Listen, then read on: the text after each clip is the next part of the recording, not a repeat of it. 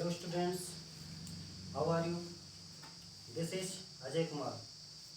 Welcome to EG Technical Education. Students, today I will teach you about torque on current carrying loop. Torque on current carrying loop. Students, आज मैं आपको torque on current carrying loop के बारे में बताऊंगा।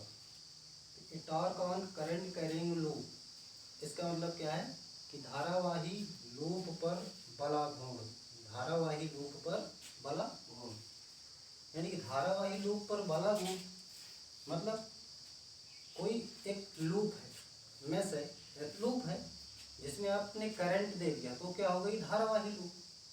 अब उसको अगर आप किसी मैग्नेटिक फील्ड में रखोगे तो उस पर कितना बला घूर्ण आएगा,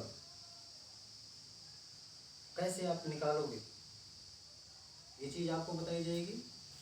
और सबसे पहले रही बात बला घूर्ण की, टॉर्क की, ये होता क्या है आप लोग जानते हो बला घूर्ण क्या होता है? यानी कि एक ऐसा बल जो किसी वस्तु को उसी धुरी पर रोटेट कर दे, घुमा दे, इसी को हम क्या बोलते हैं, बला घूर्ण। यानी किसी बल के द्वारा किसी वस्तु को उसकी अक्ष के परितः घुमाना ही बला घूर्ण कहलाता है। Simple definition. चलिए इसे हम कुछ लिख के भी समझते हैं। देखिए जैसे आज आपका टॉपिक क्या है, torque on current carrying loop.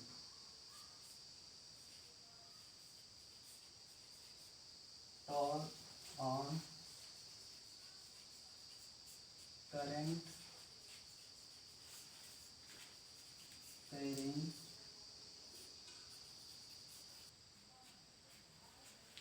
Torque on current carrying loop, धारावाही लूप पर बला घूर्ण, हिंदी में भी लिखिए, धारावाही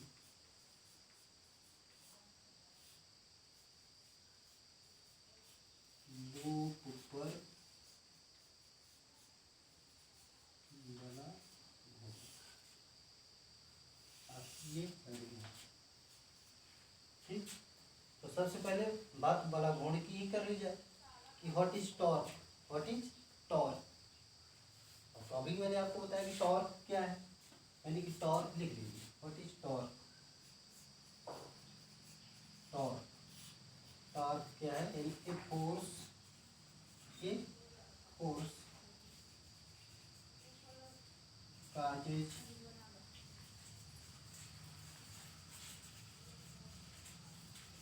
machinery to rotate, to rotate is known as torque, is known as torque. Simple definition, torque, a force causes machinery to rotate is known as torque. A force causes machinery to rotate, a force causes machinery to rotate is known as force. Machine को उसकी धुरी पर घुमाने वाली शक्ति को, machine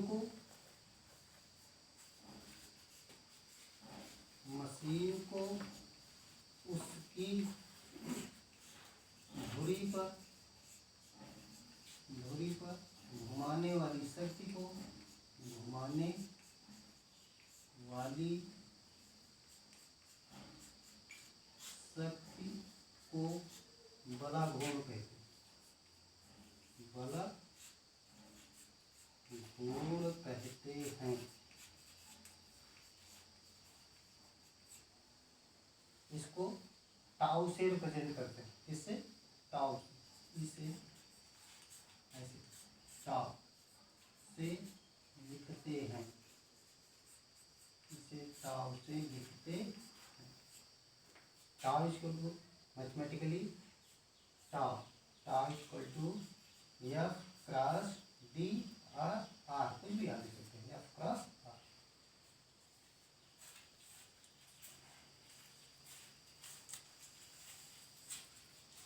ये आपका बला घूर्ण। समझ में सबको आ गया होगा बला घूर्ण क्या है, यानी कि मशीन को उसकी धुरी पर घुमाने वाली शक्ति को बला घूर्ण कहते हैं। इसे टाउ से लिखते हैं, tau equal to F cross D या एफ इंटू आर, आप कुछ भी लिखिए, एफ क्रॉस आर, डी लिखिए चाहे आर लिखिए। आर क्या है, डिस्टेंस है, किसकी, लेबर आर, किसकी, लेबर आर। इसके एग्जाम्पल आप लोगों ने पढ़ा होगा पहले ही, जैसे आप डोर वगैरह ओपन करते हो, ठीक, ये सपोज कर लीजिए आपका फोर्स लग रहा है, ये आपका क्या होगा, ये डिस्टेंस होगी आर, टॉर्क लगेगी। जैसे आप डोर ओपन करते हैं तो आप फोर्स लगाते हैं, और एक चीज फोर्स इधर लगता है, ये जो दूरी होती है ये परपेंडिकुलर होती है किसके, फोर्स की। ये आपको समझना चाहिए, जानना चाहिए हमेशा, ये जो दूरी है वो परपेंडिकुलर होगी। अब बात कर लिया जाए torque on current carrying loop, ये क्या होगा, ठीक, इसे हम समझ लेते हैं। इसे देख लिया हो तो हम डिलीट कर दें थोड़ा सा, फिर फिगर बना दें।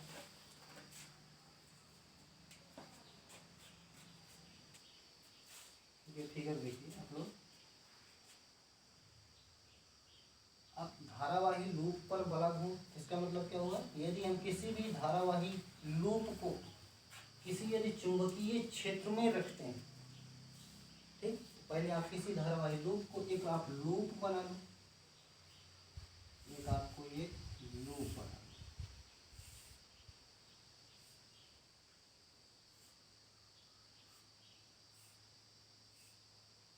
लूप हो गया। आप इसे किसी चुंबकीय क्षेत्र में मैग्नेट लगा तो हो गया चुंबकीय क्षेत्र, एक चुंबकीय क्षेत्र, यस, आपको पता है चुंबकीय बल रेखाएं एन टू एस चलती हैं, सबको पता है, नॉर्थ टू साउथ, ये आपकी चुंबकीय बल रेखाएं जाएंगी, ये चुंबकीय बल रेखा ऐसे ऐसे गुजरेंगी। अब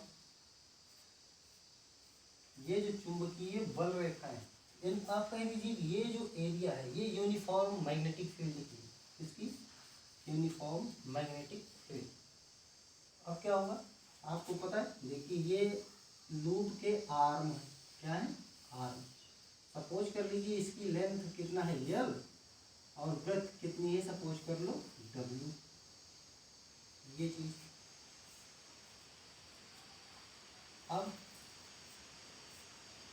आप एक चीज और समझिए, ये इसके बीचों बीच ये दूरी कितना होगी, ये W/2, ये यहाँ से यहाँ तक की दूरी कितना हो जाएगी, W/2, यहाँ से यहाँ तक की जो दूरी है ये भी क्या होगी, W/2। अब एक चीज देखिए, अगर आप इन्हीं दो आर्म की बात करें तो एक फोर्स सपोज कर लीजिए इधर लगेगा, तो एक नीचे, कुछ इस तरह से, या ठीक, इसी तरह से एक फोर्स इधर लगेगा, एक इधर लगेगा, ठीक। अब बात कर ली जाए, इनका नाम कुछ लिख दिया जाए, A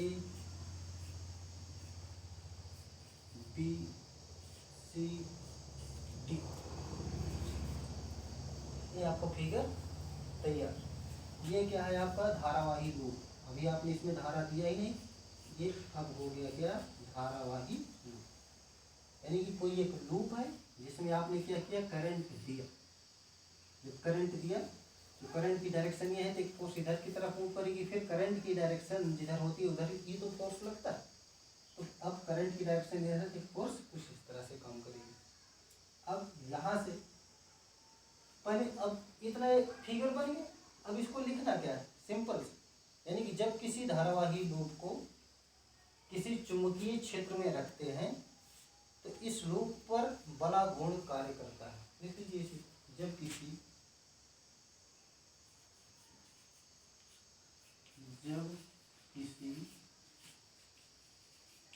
धारावाही लूप को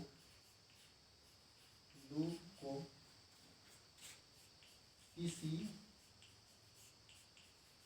चुंबकीय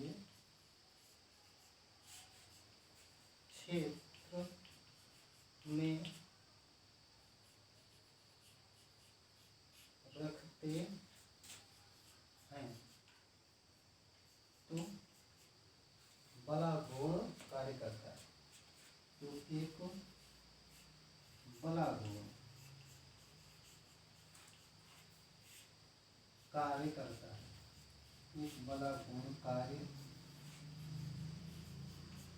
करता है। जब किसी धारावाही लूप को, इस लूप को आपने क्या किया, चुंबकीय क्षेत्र में रख दिया, तो इस लूप पर एक बड़ा घूर्ण कार्य करेगा, यानी कि रोटेट करेगा। एक आपका लूप रोटेट करने लगेगा। ठीक, इसको इंग्लिश में भी लिख लेते हैं। एक current carrying loop, A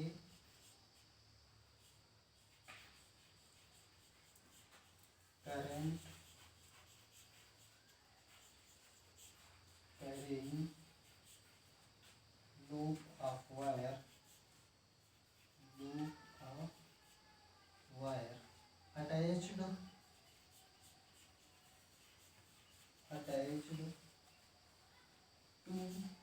a vertically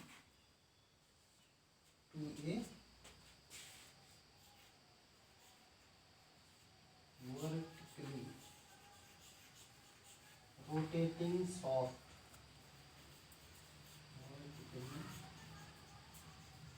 rotating shaft feels magnetic force, feels magnetic force that produce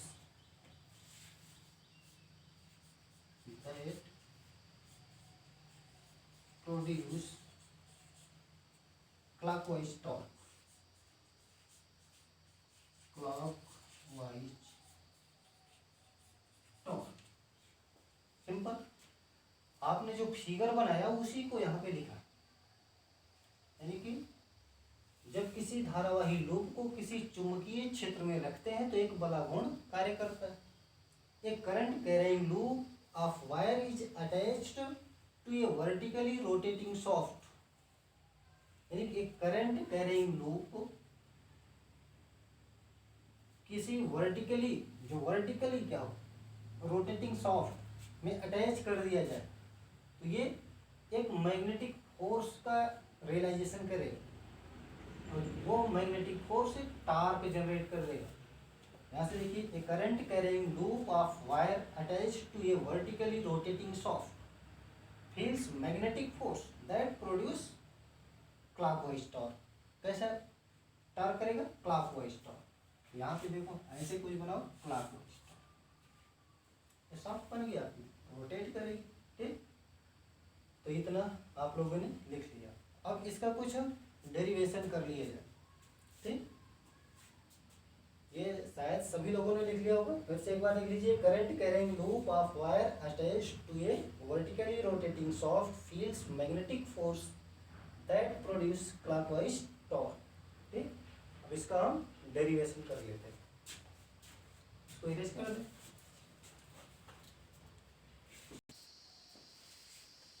देखिए इसका डेरिवेशन यहाँ पे पहले लिख लीजिएगा, डेरिवेशन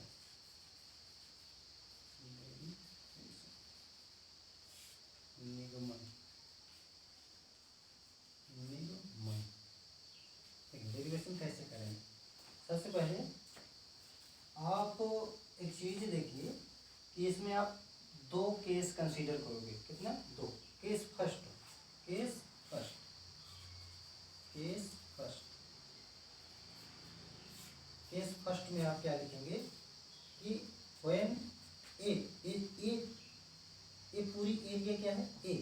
इसको आप ऐसे लिख लीजिए, यहाँ से यहाँ तक की ये जो पूरी एरिया है इसको हम क्या लिखेंगे? ए। ए मीन एरिया, ए मीन एरिया यानी कि क्षेत्रफल। तो आप क्या लिखोगे कि यानी कि ये जो आपकी करंट कैरिंग लूप है ये इसका क्षेत्रफल, यानी केस फर्स्ट लिखेंगे कि when A is perpendicular to B, A is perpendicular to B. जब ए परपेंडिकुलर है, लंबवत किसके? बी। देखिए ये आपकी मैग्नेटिक फील्ड लाइन इधर जा रही है और ये आपका लूप क्या है? ऐसे लंबवत है कि नहीं? मैग्नेटिक फील्ड लाइन, और मैग्नेटिक फील्ड लाइन क्या है? ये है। ठीक, ये आपकी एरिया जो लूप है ये इधर क्या है, आपस में परपेंडिकुलर। ठीक, अब देखिए क्या होगा फिर। आपको पता है कि टाउ इक्वल टू, आपने पढ़ा है क्या होता है, एफ क्रॉस डी। ठीक, वी नो आप जानते हैं tau equal to F cross R लिखा था आपने, आर ही लिखी, ये चाहे डी ही लिखी। अब देखिए यहाँ से आप सबसे पहले आपको क्या फाइंड आउट करना होगा कि फोर्स, ये क्या फोर्स। तो यहाँ पे आपने पढ़ा था ये कैसा फोर्स लगेगा, यानी when current carrying conductor placed in a magnetic field then conductor realise a force. जब धारावाही चालक किसी चुंबकीय क्षेत्र में रखा जाता है तो एक बल का अनुभव करता है, वही बल जिसे आप जानते हो किस नाम से, लॉरेंज फोर्स। कैसे, लॉरेंज फोर्स। तो एफ इक्वल टू आपको पता होगा, अब तो बताने की जरूरत नहीं कि V I L, F equal to V I L, ये होता ही। ठीक, किस केस के लिए, when theta equal to 90 degree. कब के लिए, यहाँ पे लिख देना if theta equal to 90 degree, तब के लिए फोर्स की वैल्यू क्या होगी, दिस होगी बी आई एल। अब आप पढ़े हो according to the definition of torque, तो टॉर्क इक्वल टू क्या हो जाएगा, torque equal to F cross distance. Distance यहाँ पे क्या है, यहाँ पे देखिए डिस्टेंस क्या है, देखिए ये आपकी क्या हुई, एक्सिस हो गई ना, ये आपका क्या है, एक लूप है, तो लूप में एक एक्सिस हो गई। अब ये एक्सिस के इधर और इधर एक्स, ये यहाँ से यहाँ तक की लंबाई बी टू सी क्या है, डब्लू। तो यहाँ से इसको आप कंसीडर कर लो ओ, क्या ओ, बी टू ओ कितना हो जाएगा, W by two, O to C कितना हो जाएगा, डब्लू बाई टू। यही तो दूरी हुई अक्ष से लंबवत दूरी, ये क्या है, आर क्या है, अक्ष से लंबवत दूरी। तो अक्ष से लंबवत दूरी क्या होगी, डब्लू बाई टू, क्या होगी, W by to, W by to. बात समझ में आई। अब ये इधर की हो गई, और फिर इधर भी तो एक टॉर्क लगेगा, यहाँ एक टॉर्क लग रहा है, इधर भी एक टॉर्क लग रहा है, तो इसका मतलब क्या, फिर डब्लू बाई टू, या ऐसे लिख लो F into W by two plus F into W by two, ये चीज समझ में आई। अब देखिए आप इसको लिख सकते हैं torque equal to F in bracket W by two plus W by two, ऐसे हो गया। अब tau equal to F into W, देखिए W by two plus W by two equal to W हो जाएगा, जैसे one by two plus one by two equal to one, वैसे W by two plus W by two equal to W. आसान, सबको पता है। अरे जिसे नहीं पता है ये देख लो, W by two plus W by two, यहाँ सीएम लोगे आप, टू आएगा, सबको पता है वन, कर लेंगे सभी लोग। ठीक,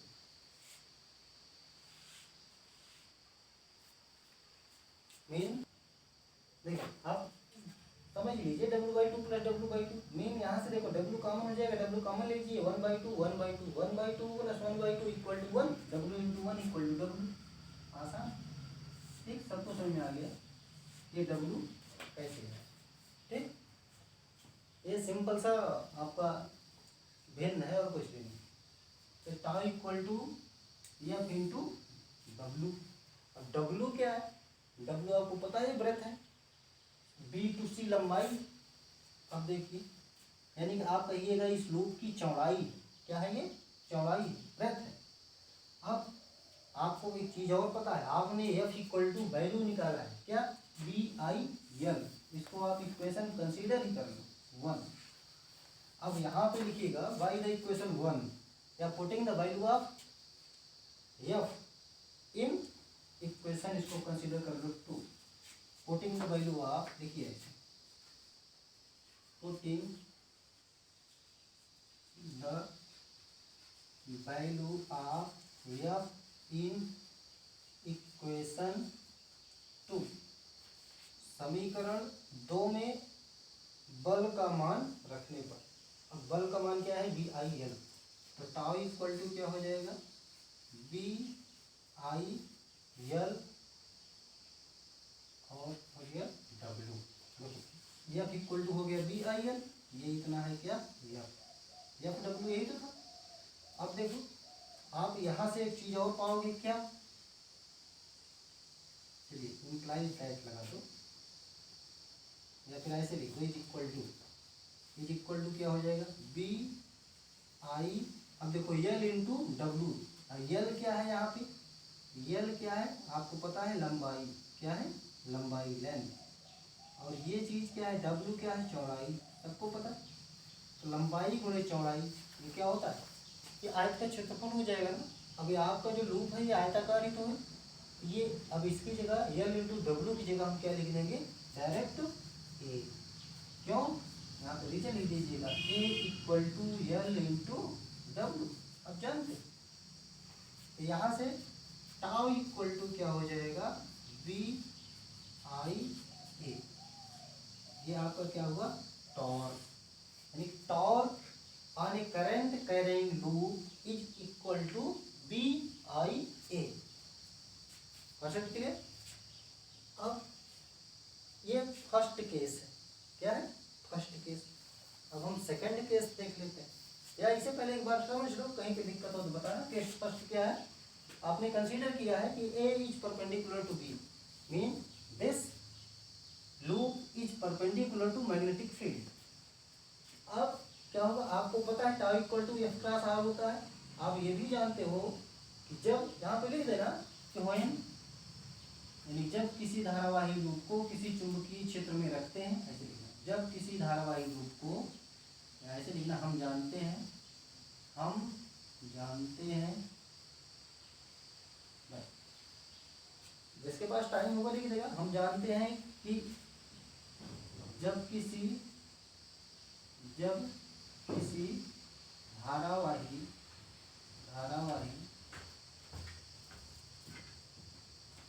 लूप को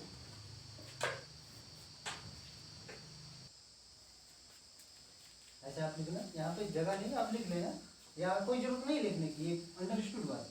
हम जानते हैं कि जब किसी धारावाही लूप को किसी चुंबकीय क्षेत्र में रखते हैं तो धारावाही लूप एक बल का अनुभव करता है, जिसे लॉरेंज बल कहते हैं। That will equal to F equal to B I L sine theta, when theta is equal to 90 degree, then F equal to B I L.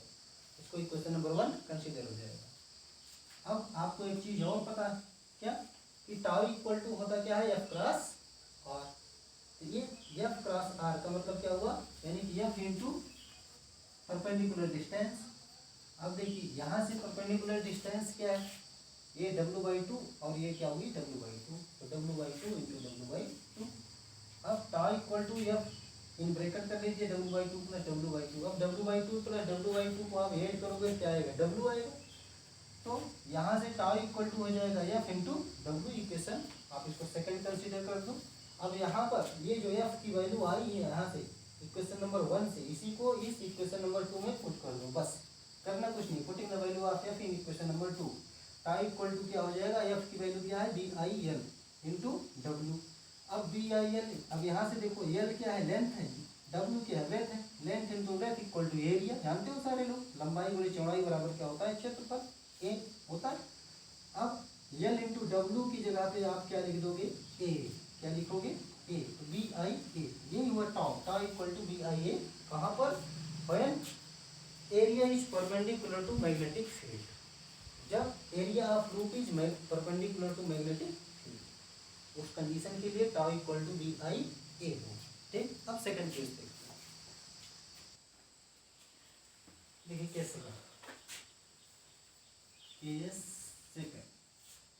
Case second में आप क्या लिखेंगे, when A and B have theta angle, जब A और B, जब loop का क्षेत्रफल और चुंबकीय क्षेत्र आपस में थीटा कोण बनाए। लिख लीजिएगा, जब धारावाही लूप का क्षेत्रफल और चुंबकीय क्षेत्र और चुंबकीय क्षेत्र के बीच थीटा डिग्री का कोण बने, तब क्या होगा? तब तार अभी जब 90 डिग्री था तो फिर क्या था, बी आई एल। जब थीटा डिग्री का होगा तो उसी में साइन थीटा लगा दो, क्या? तो tau equal to, then tau equal to क्या हो जाएगा, B I A sine, B I A sine theta.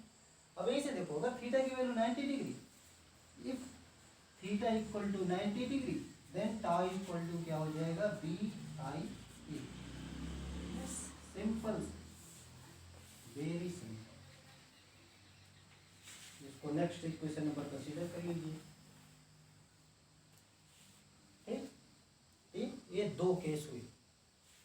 जैसे देखा जाए तो ये केस पहले होना था, वो बाद में होना था, लेकिन अगर कोई दिक्कत नहीं चाहिए, जो केस फर्स्ट सेकंड, लेकिन दो केस में आप लिख दीजिएगा कि ये केस सेकंड है कि व्हेन ए एंड बी है theta angle, when A and B both are perpendicular to each other.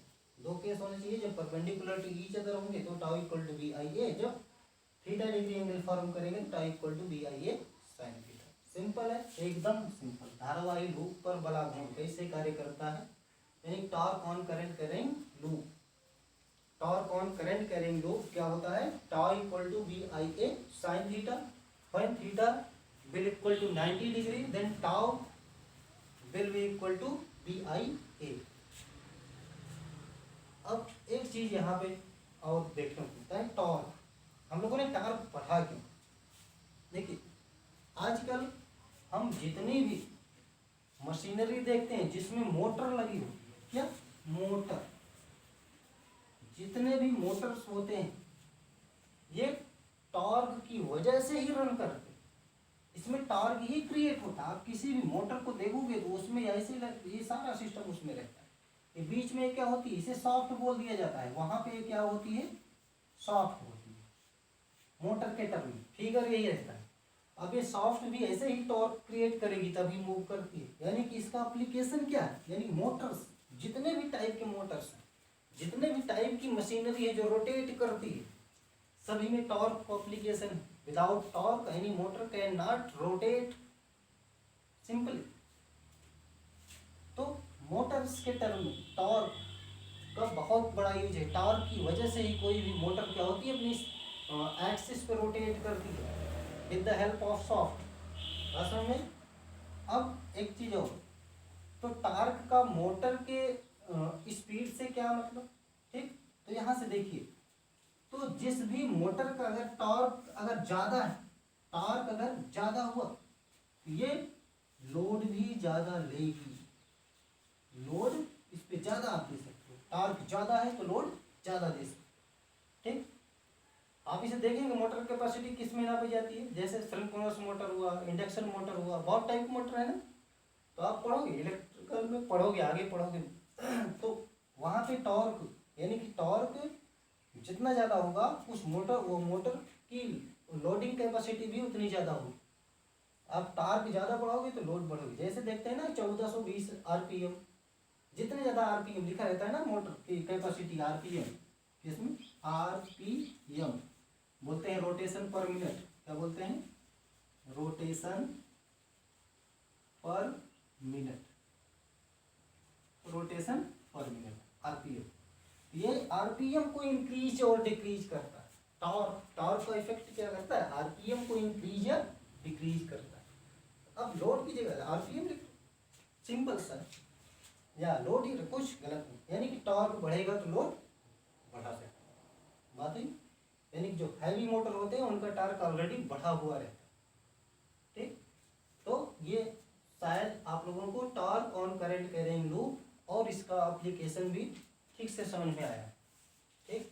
अगर आप लोगों को ये वीडियो पसंद आई तो आप इस वीडियो को लाइक और सब्सक्राइब करना न भूलें, और साथ में शेयर भी करना। Thank you, thanks for watching.